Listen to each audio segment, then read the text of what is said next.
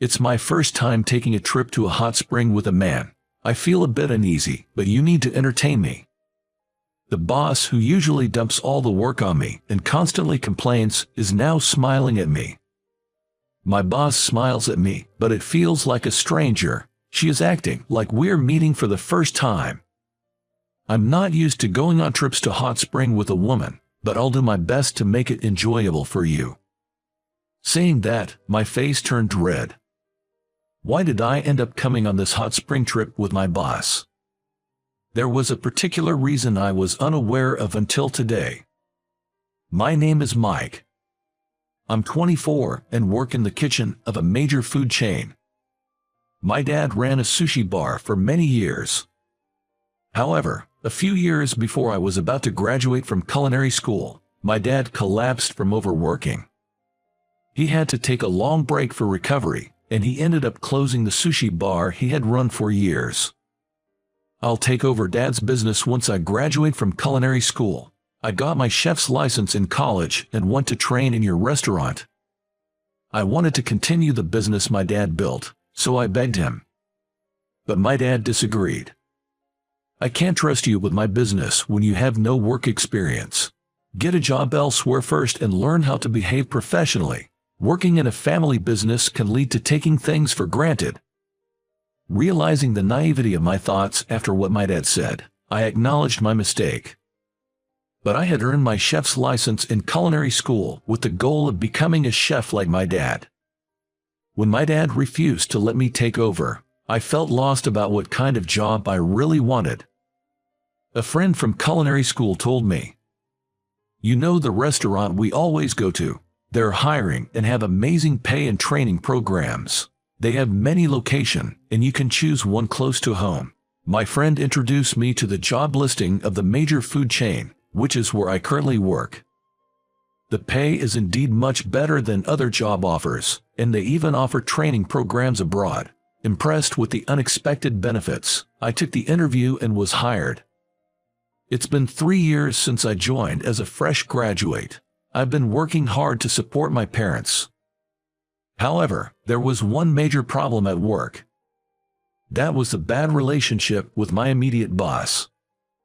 My boss, Arya, is the precious only daughter of the company's CEO. She's very strict at work, always pushing tasks onto me and constantly nitpicking. What's with this presentation? It's nothing like the picture. Customers will complain about this misleading photo. What's with this salty pasta? Did you mess up the seasoning? This is toxic. She would then throw away the dish I prepared. Yet, she never does any cooking herself and only chats with regular customers. I'm busy with customer service, so I'll leave all the cooking to you. She would leave all the kitchen tasks to me. Being alone and trying to prepare dishes for many customers at once can get overwhelming. My boss would come unexpectedly to check for even the smallest mistakes. Not just me, she would do the same with newcomers who had only been with the company for a few months. As a result, I've seen about 15 chefs resign in the past 3 years. If it wasn't for such a bossy manager, we wouldn't be struggling with staff shortages. I strongly disliked my boss, who was unreasonable and always complaining. On top of that, I couldn't stand the worsening staff shortage because of her. I have to prepare dishes for 20 customers all by myself. Her delegation of tasks is seriously messed up. Thankfully, I live with my parents, so I have them to vent my frustrations to. When the stress and fatigue from work build up, I would vent to my parents and they would listen. My dad would silently nod while my mom would say, "That sounds tough." But I noticed a complex look on their faces whenever they listened to my complaints, a mix of concern and sadness. Maybe they're tired of my constant complaints. Did I get carried away? I noticed the look on my parents' faces and reflected on my actions. I started to hold back on my complaints to them. A few months passed, and then my birthday came. "Thanks for always working hard. Every once in a while, you should take some time off," my mom said, handing me a spa voucher. Hut only for one person. Aren't we going as a family? I was surprised, but my mom, with a hesitant look on her face, said, "Ever since your dad collapsed, he hasn't been eating much, right? It's risky for him to go to a hot spring because he might faint." Indeed, since my dad collapsed from exhaustion a few years back, he had lost a lot of weight from not eating much. His blood pressure and pulse weren't stable, and he was under the care of his primary doctor for his arrhythmia. Taking him on a spa trip would indeed be risky. I mean, we don't have to go to a hot spring. Aren't these things supposed to be for the whole family? I had a slight complaint towards my mom, but considering my dad's condition, I couldn't voice it. "Well, maybe going alone once in a while isn't a bad idea, thanks, I'll enjoy it." I smiled at my mom, who looked relieved and said, "I'm glad you liked it." The following month, during the long weekend, I went to the spa alone with the voucher my mom had given me. As soon as I arrived at the spa hotel, there was a woman arguing with the receptionist in the lobby. "There's no way my reservation isn't in. Isn't this a mistake on your part? Please check properly." I recognized the assertive voice of the woman. It was the same voice of my boss I hear at work. "Arya, what are you doing here?" I was surprised to see my boss, but she approached me aggressively. "I was supposed to meet my parents here, but there's no reservation under their name. Why are you here?" My boss seemed quite furious and lashed out at me. "Calm down," I said, handing my voucher to the receptionist. "We've been expecting you, sir. You have a reservation in the same room with this lady." The receptionist, with a relieved expression, handed me a key to a room. "Wait a minute, I came alone. I'd like separate rooms, please." I hastily conveyed this, but the receptionist showed me the reservation form and said, "But you clearly reserved a shared room." My boss, who had been assertive a little while ago, looked as if she was about to panic. I decided to head to our room and discuss the situation further with my boss. As soon as we entered the room, she called the CEO. "Dad, what's going on?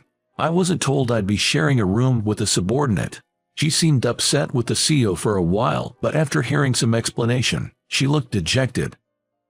"So that's what it was. You could have told me directly." Then she got off the phone with the CEO. And the boss, looking downcast, explained the situation to me. Actually, for a while now, Mike had mentioned that he would invite his childhood friend, a sushi chef, to add sushi and sashimi to our restaurant's special menu. She struggled to find her words.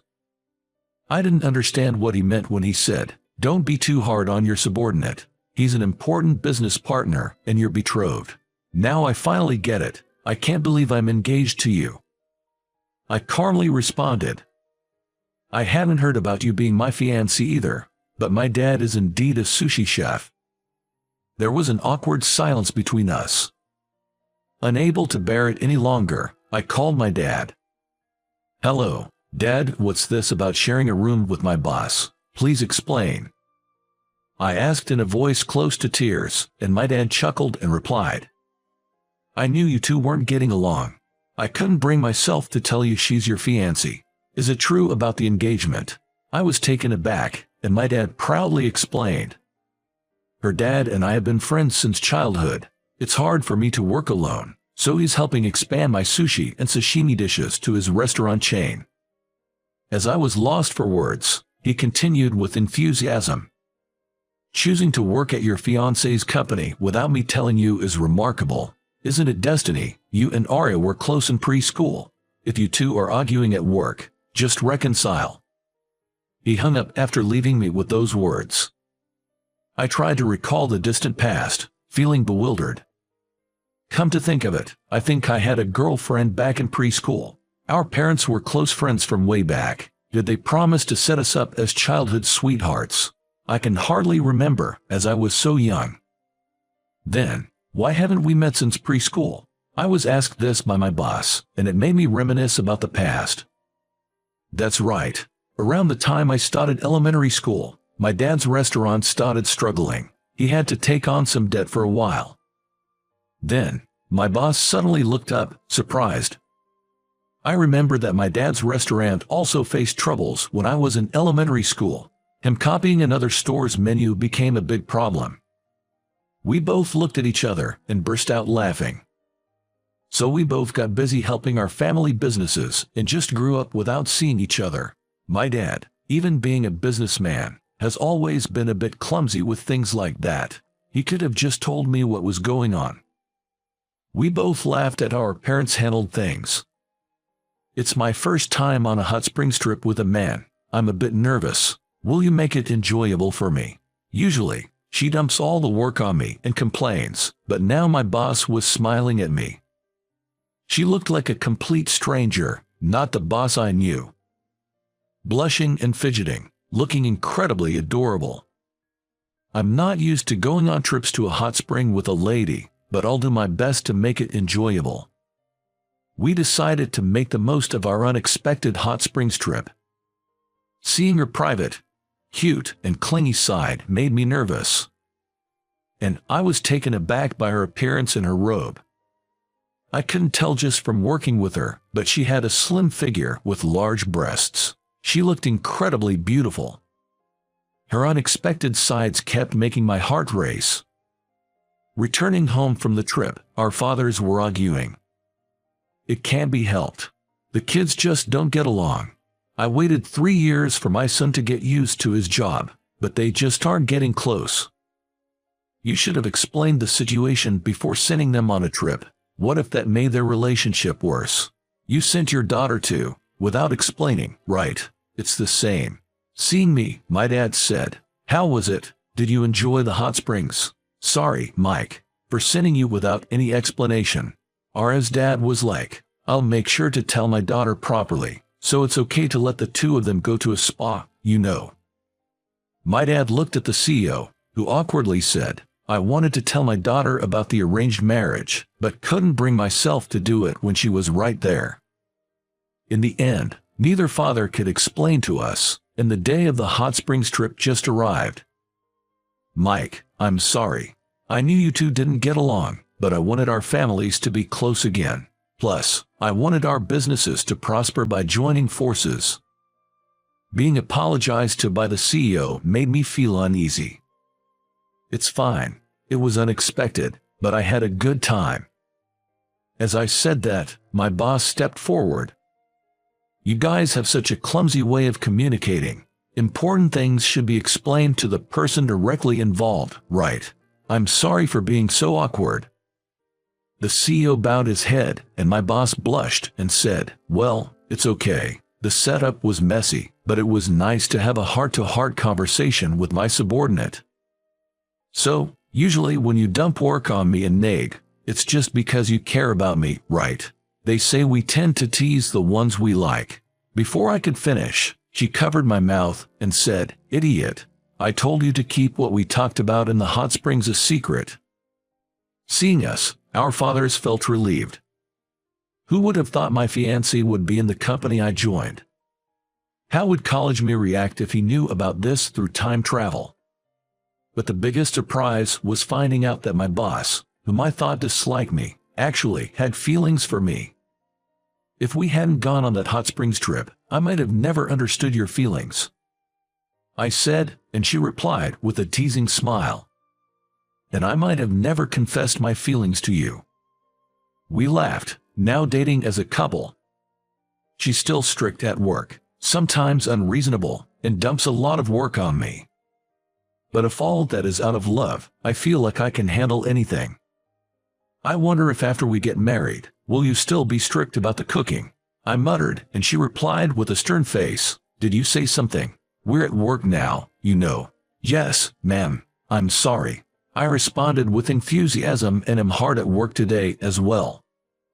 Even during work, I daydream about marrying her and can't help but grin to myself, but that's a secret from her. Well, she might actually have a hunch that I'm thinking of proposing. So, what did you think?